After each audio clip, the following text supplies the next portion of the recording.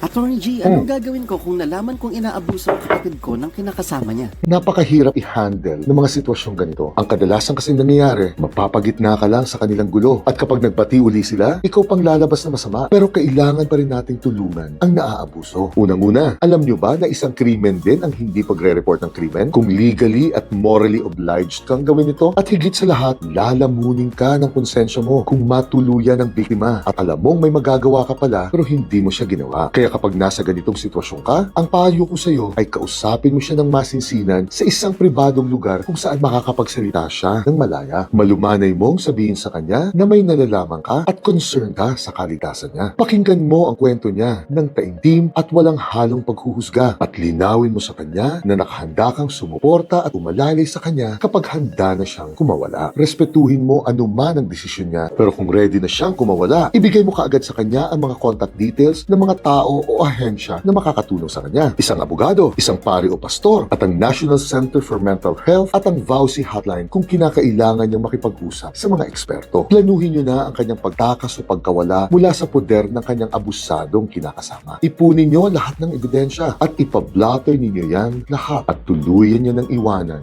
ang bangungot na yan. Jeanette!